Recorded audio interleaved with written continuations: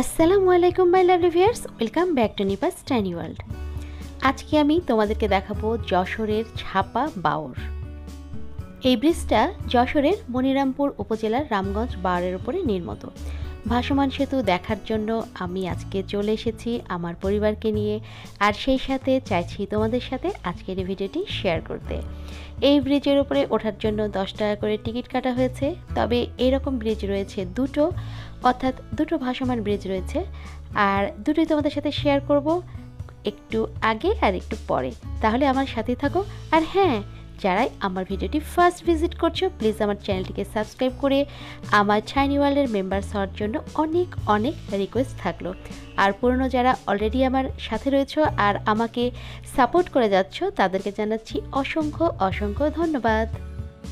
এইরকম ব্রিজ দেখলে মনে হয় একটা দৌড় দিই, কোন দিকে সেটা জানি না, তবে খুবই খুবই ইচ্ছে করছিল এই ব্রিজটার উপর দিয়ে একটা দৌড় দিতে।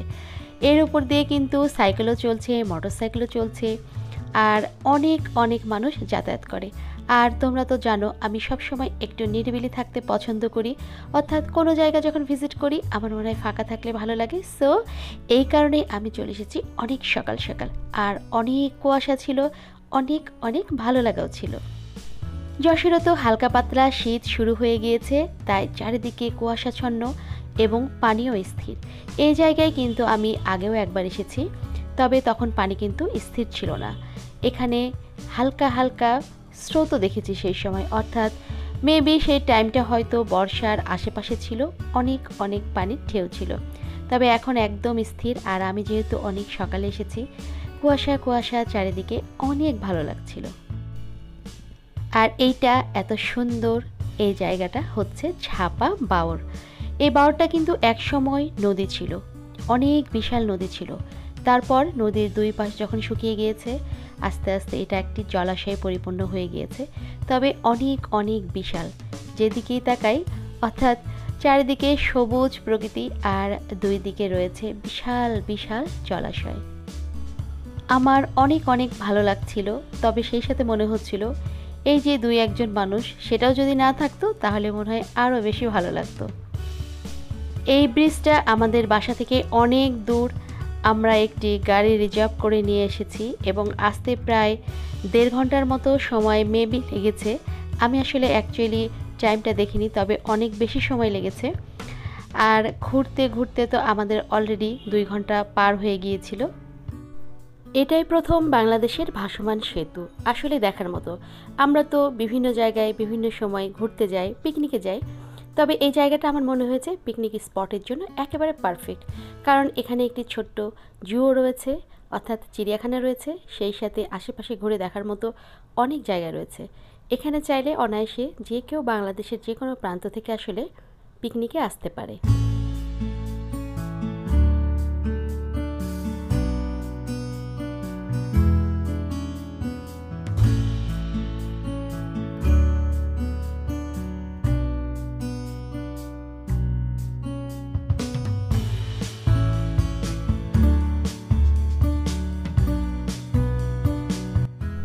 এত সুন্দর হয়েছিল চারিদিকের পরিবেশ, একদম কুয়াশা কুয়াশা। আসলে আমি এতটা আশা করিনি যে এইরকম সুন্দরভাবে দেখতে পাবো, কারণ ভেবেছিলাম জলাশয় থাকবে, পানি থাকবে, রোদও থাকবে, কিন্তু রোদ যেহেতু ছিল না, কুয়াশা ছিল, অন্যরকম একটি ভালোবাসা কাজ করছিল ভেতরে, আর সাথে তো ভালো লাগা ছিলই।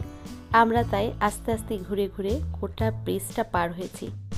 এই ভাসমান সেতুটা যে কতটা বড় তা আসলে আমি বলে বোঝাতে পারবো না, কারণ পার হতে হতে আমি কিন্তু অলরেডি ঘেমে গিয়েছি, কারণ অনেক বড়, অনেক বড়, এবং সেতুটা এতটাই বিশাল।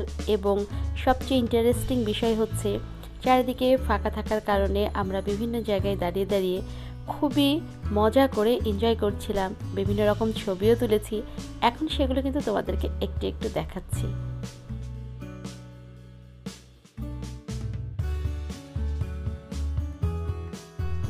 প্রকৃতির কাছে এলে মনটা নাকি বিশাল হয়ে যায়, আমারও কিন্তু তাই হয়েছে। মনে হচ্ছিল এই পানিতে যদি হেঁটে বেড়াতে পারতাম। আমি জানি না অ্যাকচুয়ালি এই ধরনের কোনো কিছু কোনো দিন সম্ভব হবে কি না, কারণ আমি সাঁতার জানি না। তবে থেকে থেকে খুব ইচ্ছে করে পানিতে নামতে। তবে এই পানিটি একদম স্থির ছিল, কি বলবো, ধারে নামতেও ভয় লাগছিল। সো এই ইচ্ছাটা আমি বাদ দিয়েছি। আর এই যে বাবা ছেলে দুজন মিলে খুব ফটো সেশন চালাচ্ছে।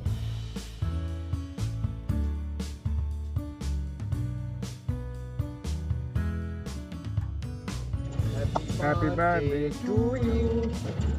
Happy birthday to you. Happy birthday, Janifa. Happy birthday to you. Thank you. Happy birthday to you. ছেলের কথাটা তো মেনেই নিলাম, ছেলে আমার বেকার, কিন্তু ছেলের বাবা কিন্তু বেকার না। আর শুকনো শুকনো আমার জন্মদিনটাও কিন্তু সে পার করে দিল।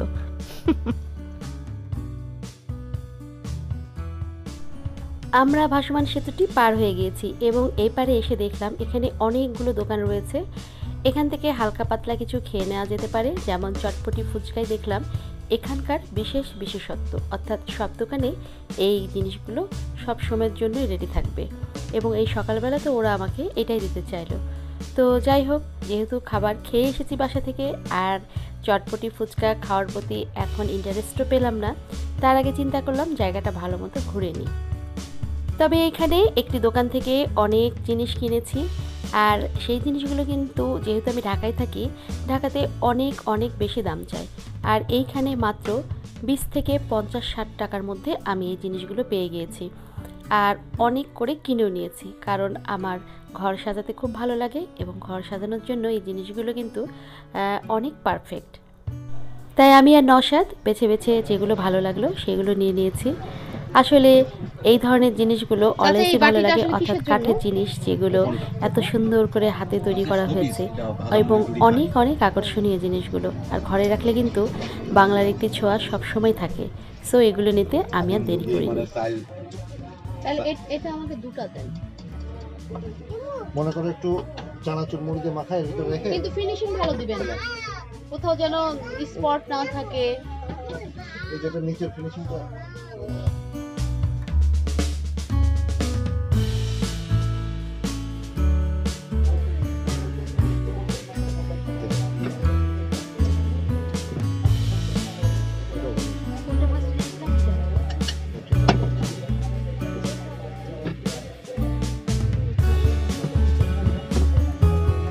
আর হ্যাঁ, কত হচ্ছে তাহলে? 270 টাকা।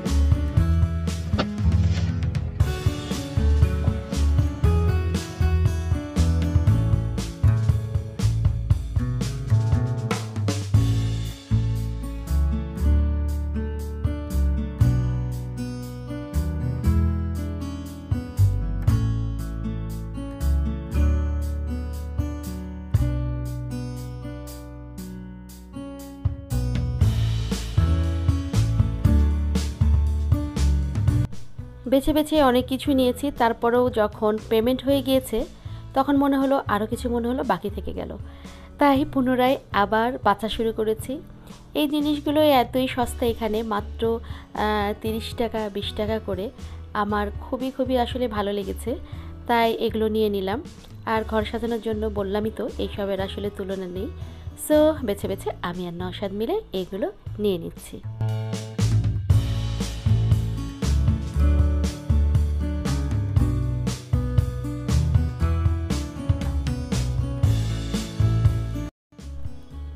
আর তোমরা যারা যশোরের বাইরে থেকে এই জায়গাটায় বেড়াতে আসবে, অবশ্যই এইখান থেকে এগুলো নিয়ে নিতে পারো, কারণ ফিনিশিং অনেক অনেক সুন্দর এবং কি বলবো, আসলে প্রত্যেকটা জিনিসই এত সুন্দর করে তৈরি করা হয়েছে, দেখেই ভালো লাগছে। আর ঘর সাজানোর জন্য বললামই তো, এগুলো খুবই খুবই ভালো লাগে রাখলে পরে। সো এগুলো তোমরা নিতে পারো।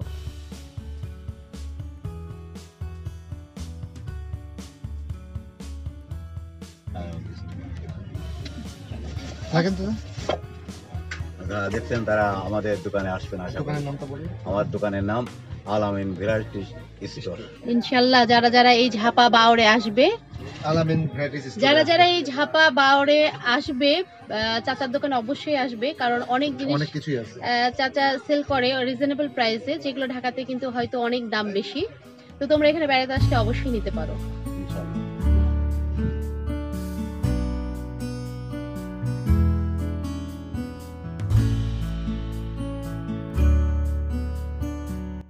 পথে যেতে যেতেই কিনে নিলাম, কারণ অনেক জিনিস আমি মনে করি ফেরার পথে নিব, তখন দেখা যায় যে ফেরার পথে আর নেওয়া হচ্ছে না বা অন্য রুট দিয়ে বের হয়েছি, তখন সব কিছু এলোমেলো হয়ে যায়। সো আগেই আমি এই জিনিসগুলো নিয়ে নিয়েছি।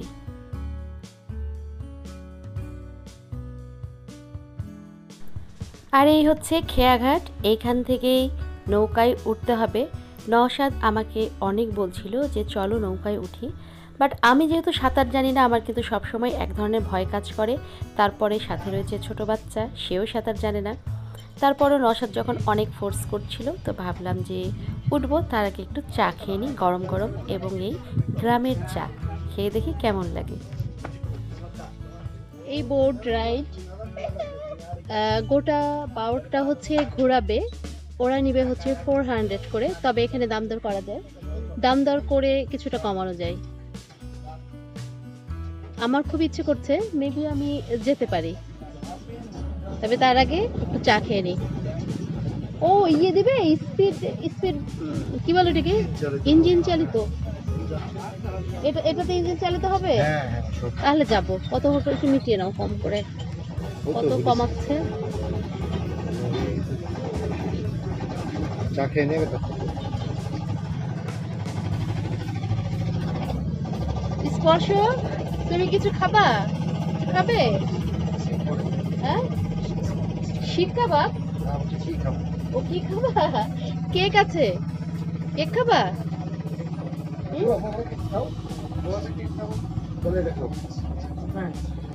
কেকটাও খাবে না, আমি খাবে না। পছন্দ করছে না।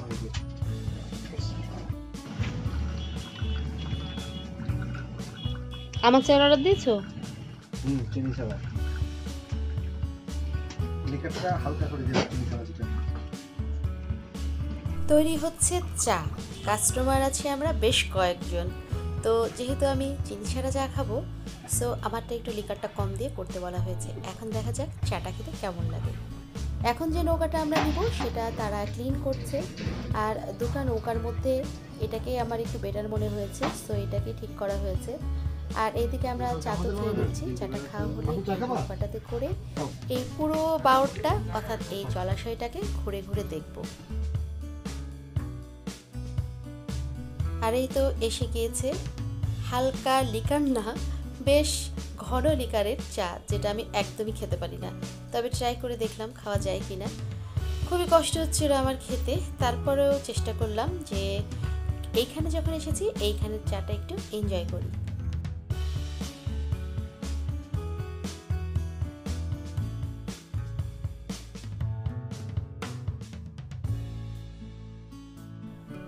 এই তো এখন নওশাদ আর স্পর্শ এগিয়ে যাচ্ছে নৌকার দিকে, ওরা উঠবে। আমার কিন্তু এখনও অনেক ভয় লাগছিল, আসলে নৌকায় উঠা আর নামার এই দুটো সময় তো ভয় লাগেই, মনে হয় যে স্লিপ হবে। আর যখন নৌকা চলে তখনও এক ধরনের ভয় কাজ করে। তারপরেও আল্লাহ তাআলার নাম নিয়ে উঠে গিয়েছি যে একটু ঘুরে দেখি, আর নিশ্চয়ই আল্লাহ তাআলার কাছে মানে প্রার্থনা করেছি যেন কোনো প্রবলেম না হয়। এত ভয় জীবনে, এরা যে কি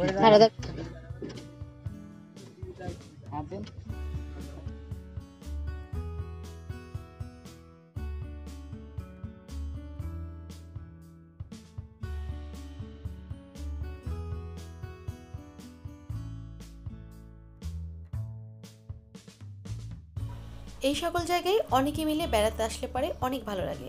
আমার শাশুড়িকে বলেছিলাম আসতে, তবে উনি আসতে চাননি, যেহেতু এখানে উনি অনেকবার এসেছেন। আর হাঁটার বিষয়টাও রয়েছে, অনেক অনেক দূর হাঁটতে হয়, অর্থাৎ সেতুটা তো বিশাল বড়, সেটা পার হওয়াও কিন্তু অনেক কষ্টের বিষয়, কারণ পা ব্যথা হয়ে যায়। আর এই তো আমরা এখন চলেছি বাওরের ওপর দিয়ে। খুবই সুন্দর জায়গা, চারিদিকে শুধু সবুজ প্রকৃতি, মাঝখানে বিশাল জলাশয়, আর এর উপর দিয়ে যাওয়া। এবং আমাদের যে নৌকাটি ছিল অর্থাৎ ইঞ্জিন চালিত নৌকা, সেটা কিন্তু অনেক আস্তে আস্তে যাচ্ছিল। আর তার চেয়েও বড় মন খারাপ হয়েছে, আমরা যখন এক সেতু থেকে আরেক সেতুতে গিয়েছি, সেই সময়ের যে ভিডিওটা করেছিলাম সেই জায়গাটা দেখলাম যে ব্ল্যাক হয়ে আছে, অর্থাৎ ভিডিও ক্লিপসটা কিভাবে যেন কি হয়েছে বলতে পারবো না, ভিডিওটা হয়নি। মনটা খুবই খারাপ হয়ে গিয়েছিল যে তোমাদেরকে আমি দেখাতে পারলাম না সেই জায়গাটা। আর এই যে আমাদের নওশাদ ভাই চলে গিয়েছে নৌকার মাথায়, ওনার তো অনেক সাহস, সেই সাহসটা দেখানোর জন্যই উনি ওইখানে গিয়ে বসেছে।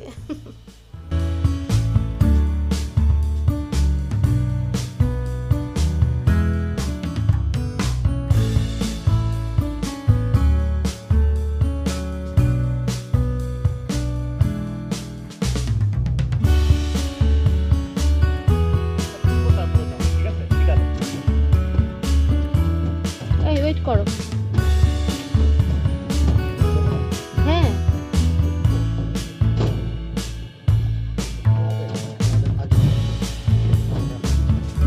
এখন আমরা ফিরে যাচ্ছি, কারণ ওই পাশে আর একটা সেম ব্রিজ আছে, বাট সেটা আরো পরে করা হয়েছে, অনেক আধুনিক, তো সেটার ভিডিও করব। তো এখান থেকে এখন বের হয়ে যাচ্ছি। মেবি 1টা বেজে গেছে না নৌশাদ? 12:30 1টা হবে। পেটও বলছে খাবো খাবো। তো যাই হোক, এখান থেকে মোটামুটি সবকিছু কমপ্লিট করে ওই পারে যাচ্ছি। তবে বেশ মজা পেলাম, অনেক সুন্দর একটি জায়গা, আসলে মন ভালো করার মতো একটি জায়গা।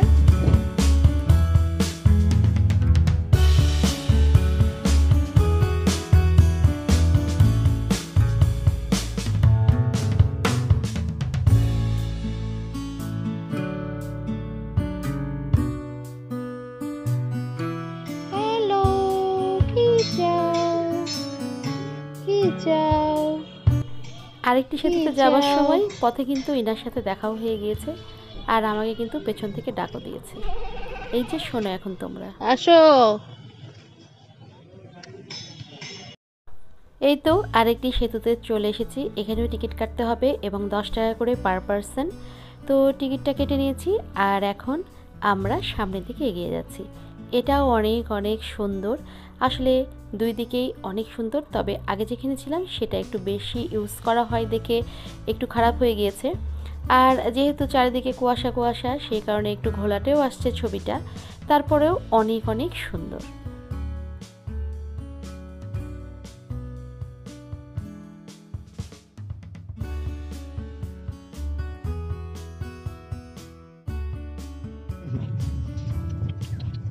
খুবই সুন্দর নৌশাদ। ওই দেখো কত দূরে ওইদিকে, দেখেছো? এই যে অনেক ওয়েদারটা তো ঠান্ডার জন্য বেশি ভালো লাগে।